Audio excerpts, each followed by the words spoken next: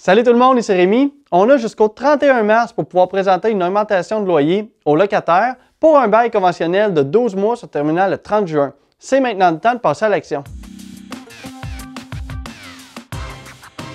Dans cette capsule, je vais vous donner des trucs pour savoir comment présenter une augmentation aux locataires pour qu'ils l'acceptent et aussi de savoir combien la calculer. Allons-y avec la recommandation de la Régie du logement, parce que oui, à chaque année, la Régie du logement va sortir un pourcentage de calcul que selon eux, c'est un pourcentage raisonnable. Ce n'est jamais fixe, peu importe la grandeur du logement, ça varie plutôt selon des pourcentages et il y a beaucoup de choses qui rentrent en ligne de compte pour pouvoir le calculer. Si vous voulez utiliser cette méthode-là en tant que propriétaire, eh bien vous allez devoir connaître vos chiffres des années précédentes pour pouvoir les rentrer dans la grille de calcul de la Régie du logement. Je vous conseille très fortement de le faire en ligne, c'est beaucoup plus simple et plus rapide. Prenons l'exemple de l'entretien. Si en 2019, vous avez payé 1 000 $, eh bien la Régie accorde un pourcentage de 2,1 % pour ce poste de dépense. Niveau assurance, si ça vous a coûté 685 $ en 2018 et 747 $ en 2019, eh bien vous avez eu une augmentation de vos assurances pour vous d'un montant de 62 $. Pour plusieurs postes de dépenses, la Régie fonctionne de cette façon en prenant les chiffres des 2 dernières années et la différence que ça donne. Mais dans ce cas-ci, sur nos assurances, eh bien vous ne pourrez pas augmenter le loyer de 62 $ par année ou de 5,16 $ par mois comme c'est calculé, parce que ça s'applique à l'ensemble de l'immeuble. Il faut donc le mettre en lien avec le nombre de logements dans l'immeuble pour pouvoir connaître le pourcentage d'augmentation appliqué sur celui-ci. Et ensuite, eh bien, il suffit d'entrer tous les chiffres des dépenses pour que les autres calculs se fassent. Et après plein de calculs, au bout de la page, eh bien, on va se retrouver avec une augmentation finale qui est globale selon les chiffres de la Régie du logement. Sachez que ce taux-là de la Régie, eh bien, ce n'est pas un taux qui est obligatoire qui doit être appliqué, c'est plutôt un taux de recommandation. On peut en tout temps augmenter ou même ne pas augmenter du tout. Ça, c'est vraiment pas une bonne idée. Peu importe le montant de l'augmentation, eh bien au final, ce n'est qu'une entente entre le propriétaire et le locataire. Si les deux sont consentants, tout est correct. Donc si le locataire accepte l'augmentation, eh bien tout est bon pour vous et vous êtes prêt pour la prochaine année. Et puis s'il refuse, eh bien il y a deux options. Espérez qu'il prenne la première option, c'est-à-dire de quitter le logement. Comme ça, eh bien vous aurez juste à trouver un nouveau locataire. La problématique qui pourrait arriver, c'est si jamais il décide de refuser l'augmentation, mais quand même de rester sur place. Parce que oui, on est comme ça au Québec, il y a tellement de lois que les gens peuvent rester dans leur logement, même s'ils décident de refuser une augmentation. Eh bien, dans ce cas-ci, il faudrait qu'en tant que propriétaire, soit que vous décidez que finalement il reste au même taux, ou bien vous allez devant la Régie du logement, qui, elle, va décider du taux appliqué, qui seront exactement les mêmes qu'elle a mis disponibles en ligne. Mais cette situation, vous voulez l'éviter le plus possible parce que c'est des choses qui vont prendre du temps et surtout beaucoup d'efforts. Le taux de la Régie du logement, il est quand même très minimal. Il couvre à peine les augmentations, encore moins si on fait des rénovations. Pour vous montrer à quel point les calculs de la Régie du logement sont irréalistes, eh bien j'y vais avec un exemple concret. Dans notre exemple, vous décidez de refaire la cuisine au grand complet parce qu'en ce moment c'est vieux et très laid, mais que pour vous c'est important d'avoir du respect pour les familles à qui vous louez et vous voulez que ça soit propre et beau. Vous décidez d'y aller avec une belle céramique et des belles nouvelles armoires et le montant total de la facture monte à 10 000 $ tout juste. Tu sais, j'ai quand même le droit dans mes exemples de prendre des chiffres tout ronds, on s'entend que c'est beaucoup plus facile à calculer. Eh bien, selon la Régie du logement, vous pourrez augmenter le loyer de 310 $ par année ou de 25,83 $ par mois. Est-ce que c'est réaliste? Pas du tout. Tournons ça plutôt dans l'autre sens. Toi, tu viens de dépenser 10 000 $ pour pouvoir faire une très belle cuisine que tu n'en profiteras même pas parce que c'est pour tes locataires. En contrepartie, tu ne reçois même pas 26 $ par mois pour avoir fait tout ça. Si on fait le calcul, ça va te prendre 32 ans et quart avant que le locataire paye le 10 000 $ que ça t'a coûté. Rendu là, les armoires auront probablement déjà été changées une nouvelle fois parce que ça va être encore désuet. Donc c'est un cycle sans fin parce qu'on n'a même pas le temps de récupérer l'argent qu'on met dans le projet avant même de recommencer. C'est la même chose avec la dépense de la toiture. Si ça prend 32 ans à faire mais que la toiture est bonne pour 25 ans ou 30 ans si on est chanceux, eh bien il va quand même falloir la rechanger avant même qu'on retrouve l'argent auprès du locataire. Avec tout ça, c'est encore plus long de retrouver ton argent qu'on met sur des rénovations que de payer l'immeuble si on l'a mis sur 25 ans. C'est quand même pas étonnant qu'au Québec, tout le parc de logements vieillit et que les propriétaires n'en prennent pas vraiment soin. Oui, il y a quand même plein de choses essentielles à faire pour pouvoir maintenir l'immeuble, mais il y a très peu de choses qui sont réellement faites dans le but d'apporter une amélioration aux locataires parce que c'est vraiment pas rentable au niveau de la Régie du logement. C'est pour ça que vous pouvez arriver auprès de vos locataires avec une augmentation qui est quand même plus élevée que celle proposée par la Régie du logement. Le tout ici, c'est de savoir comment présenter l'augmentation au locataire pour qu'il l'accepte. Et c'est ici que commence la discussion avec le locataire pour lui faire comprendre que lui aussi, il va retrouver des bénéfices au travers de cette augmentation. Avant toute chose ou avant toute négociation, c'est sûr que vous ne pourrez pas arriver avec une augmentation qui est complètement déraisonnable et penser qu'il va quand même l'accepter. Arrivez plutôt sur place bien préparé avec un chiffre en tête et des raisons qui justifient cette augmentation. Pour ma part, je prépare toujours d'avance la feuille d'augmentation en ne laissant que le carré avec le chiffre d'augmentation libre. Comme ça, quand j'arrive devant le locataire, je vais pouvoir le choisir avec lui. En faisant ça, le locataire il sent qu'il y a un mot à dire quand même dans l'augmentation et il ne se retrouve pas au pied du mur coincé avec un chiffre qu'il ne voudrait pas. Donc, j'arrive devant lui, je parle avec lui et je lui dis que l'augmentation cette année, ça sera de, disons, 20 $. Mais, de prime abord, je vais quand même lui dire que si j'avais suivi la Régie du logement, ça serait, disons, 8 $. Comme je le dis souvent dans mes capsules, pour moi, l'argent, c'est pas tabou et ça ne l'est pas plus avec mes locataires. Donc, je vais toujours être franc avec eux et leur dire les vrais chiffres. Et par le fait même aussi, j'en profite pour vous dire que c'est important de garder des bonnes relations avec ses locataires. Sachez que de mon côté, je prends quand même le temps de donner une bouteille de vin à mes locataires quand il arrive Noël. Comme ça, un petit peu plus tard, disons en janvier, quand j'arrive avec une augmentation, c'est quand même quelque chose qui fait que ça passe un peu mieux. Je vais toujours être franc et je vais lui expliquer que la différence entre les deux montants, ça vient du fait que je veux continuer d'entretenir le logement adéquatement. Et en faisant ça, je lui demande tout le temps s'il y a des choses selon lui qui devraient être réparées ou améliorées dans le logement. Souvent, ils vont demander des mini-trucs, un peu comme changer une serrure qui coince un peu ou réparer une porte d'armoire qui est brisée. C'est souvent le genre de choses qui sont déjà prévues dans mon budget rénovation, donc ça ne me dérange pas de les faire et pour eux, ça leur simplifie la vie.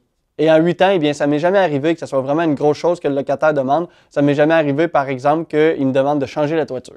Donc, c'est le fait de faire en sorte qu'il se sente bien dans son logement qui va accepter l'augmentation, même si ce n'est pas nécessairement celle qui est recommandée par la régie. Avec le temps et l'expérience, il arrive un point aussi où vous savez à quel type de locataire vous avez affaire. Si vous savez qu'ils vont vraiment se plaindre de tout, c'est quand même pas la meilleure idée de leur demander s'il y a des choses à améliorer. Si vous savez qu'ils vont chialer sur votre chiffre d'augmentation, c'est peut-être le temps de dire que vous allez augmenter de 25 $, sachant que vous voulez 20 $. Comme ça, quand vous arriverez à la négociation, vous pourrez dire « C'est vrai que comme tu dis, je n'ai pas fait d'augmentation majeure cette année, donc au lieu de te faire une augmentation de 25 $, je suis prêt à y aller avec une augmentation de 18 $. Quand ils vont voir que vous aussi, vous faites votre bout de chemin, il y a de grandes chances que ça va passer comme ça. Petit truc aussi, parfois, ce n'est pas toujours utile de faire une augmentation de loyer, mais plutôt de changer quelques conditions. Disons que votre locataire, dans le bail, il a accès à un garage, mais qu'il n'y a pas d'auto et qu'il ne l'utilise pas vraiment. Vous pourriez arriver avec l'avis de renouvellement et au lieu de dire que le prix va changer, on va enlever le garage dans le bail. Comme ça, pour vous, vous n'aurez plus de garage à ce bail-là et vous pourrez le relouer à un autre, disons pour un surplus de 50 $. En faisant ça, pour vous, ça va vous faire une augmentation et pour le locataire, ça ne changera pas grand-chose si jamais il accepte parce que probablement qu'il n'utilisait pas le garage. Maintenant, sachez que moi, je vais toujours directement au logement pour pouvoir rencontrer le locataire et faire signer la feuille. Donc, je ressors immédiatement avec. Mais dans les faits, le locataire a officiellement 1 mois pour pouvoir y répondre. En sachant ça, il faut donc donner l'augmentation le plus rapidement possible. La Régie du logement a statué sur des délais. Pour un bail de 12 mois, le plus standard qu'on connaît, ou même un peu plus de 12 mois, le délai d'avis pour l'augmentation est de 3 à 6 mois. Donc, pour un bail qui se termine le 30 juin, vous avez du 1er janvier au 31 mars pour pouvoir aller porter l'avis d'augmentation. Et la durée des délais est différente selon la durée du bail. Pour un petit bail de moins de 1 an, c'est de 1 à 2 mois avant la fin du bail et aussi de 1 à 2 mois pour un bail de durée indéterminée. Pour une chambre, on parle de seulement 10 à 20 jours avant le renouvellement du bail. Sachez que ces délais-là, ils sont avant la fin du bail. Donc, si vous avez un bail qui se termine le 1er octobre, vous devez aller porter l'avis d'augmentation entre le 1er avril et le 30 juin. Comme le locataire a 1 mois pour répondre, c'est important de faire la démarche le plus tôt possible parce que tous ceux qui sont dans la même situation, vont être aussi à la recherche d'un nouveau logement. Tous ceux qui sont propriétaires depuis un bout, ils vont vous dire que ceux qui commencent à chercher leur logement plus tôt, c'est quand même des gens qui sont plus sérieux et à leurs affaires. Imaginez que vous allez porter l'avis dès le 5 janvier et que votre locataire prend 10 jours pour répondre et vous ramène ça le 15 janvier. Vous aussi, vous êtes à votre affaire et vous affichez votre logement le 16 janvier. C'est facile à conclure que ceux qui appellent dès le 16 ou le 17 janvier pour se chercher un appartement pour le 1er juillet, il est quand même plus sérieux et à leurs affaires que ceux qui appellent, disons, le 15 juin pour se chercher un logement dans 2 semaines. Que se passe-t-il si vous n'envoyez pas d'avis d'augmentation dans ces dates? Le bail se renouvelle automatiquement au même prix et aux mêmes conditions qu'avant. Faites attention à toujours augmenter vos loyers pour pouvoir suivre le coût de la vie. Sans ça, vous perdrez non seulement de l'argent à tous les mois, mais vous allez aussi perdre une grande valeur sur votre immeuble lors de la revente. Il y a une règle de la Régie du logement qui est quand même intéressante. Quand on vient tout juste de construire des nouveaux logements ou qu'on vient de changer la vocation d'un immeuble, c'est-à-dire par exemple de passer de commercial à résidentiel, dans le bail qui est recommandé par la Régie du logement, c'est important de cocher une case. Cette clause fait en sorte qu'en tant que propriétaire, on peut augmenter le loyer autant qu'on veut et ça sans que le locataire puisse le contredire. Bien sûr, il pourra quitter si jamais le locataire trouve que l'augmentation est trop élevée, mais il ne pourra pas la contester ou aller devant la Régie du logement pour faire une demande de fixation du loyer. C'est bien la seule clause qui est à l'avantage des propriétaires, puis ça vient d'une certaine logique. Avec une construction neuve ou un changement de vocation, c'est quand même difficile pour le propriétaire de connaître les vrais chiffres d'avance, c'est-à-dire combien va coûter réellement les taxes municipales ou combien vont coûter les assurances ou toutes les autres dépenses. Comme le propriétaire, pour pouvoir fixer le prix du loyer, se base sur des estimations de ces coûts-là, eh bien, ça se pourrait qu'au travers des prochaines années, ces estimations soient faussées, que finalement les assurances coûtent plus cher ou que les taxes municipales soient plus élevées que prévu. Comme ça, quand les vrais chiffres vont arriver au travers des prochaines années, eh bien, il pourra, à sa guise, élever le loyer pour pouvoir s'ajuster. Et le locataire, il devra dire soit oui ou non, mais il ne pourra pas dire non et rester dans le logement. Avec tout ça, parfois, ça vaut quand même la peine de penser un petit peu plus loin que l'argent. Un locataire en or, eh bien, ça vaut quand même plus que 10 $ d'augmentation par mois. Si vous avez le même locataire depuis 8 ans, qui ne vous a jamais achalé, que tout va bien, qui paye par virement automatique à tous les premiers du mois, que le logement est propre et que le logement ne demande pas de rénovation à venir, eh bien, ça vaut le coup parfois de faire l'augmentation qui est seulement recommandée par la Régie du logement et pas nécessairement chercher à en vouloir plus. Pour tout propriétaire, eh bien, un locataire qui est vraiment sans tracas, c'est quand même beaucoup mieux que de vouloir être gourmand, demander une augmentation de loyer, qu'il refuse, qu'il parte et qu'on se retrouve avec on ne sait qui. La tranquillité, ça a quand même un prix. Et bien que ça puisse faire baisser la valeur de votre immeuble selon les revenus, eh bien sachez que c'est quand même une valeur de négociation avec le futur acheteur parce que le fait de savoir qu'on a un bon locataire dans l'immeuble, eh bien ça vaut quand même quelque chose pour un propriétaire qui ne veut pas se casser la tête.